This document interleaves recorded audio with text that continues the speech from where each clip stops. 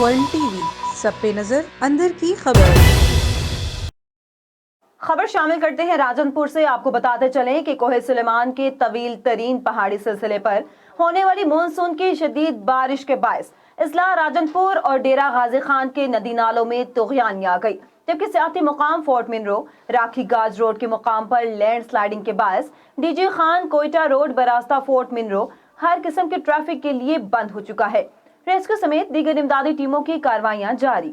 سرکاری ذرائع کے مطابق چند گھنٹوں تک بین صوبائی شاہراہ کو ٹریفک کے لیے کھول دیا جائے گا۔ ادھر راجن پور ضلع کے بھی روڈ کودی ندی نگالوں میں شدید طغیانی کے باعث کہا سلطان میں اس وقت بہت بڑے سیلابی پانی کے ریلے کی اطلاعات ملی ہیں۔ گورچانی ٹرائبل ایریا میں ایک اطلاع کے مطابق جاڑا نامی تھانہ مرنج کی حدود میں فلڈ کی زد میں آ کر ایک شخص جاں بحق ہو گیا۔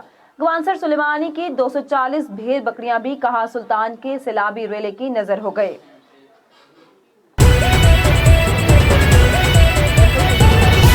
ورلڈ ٹی وی، سب پہ نظر، اندر کی خبر۔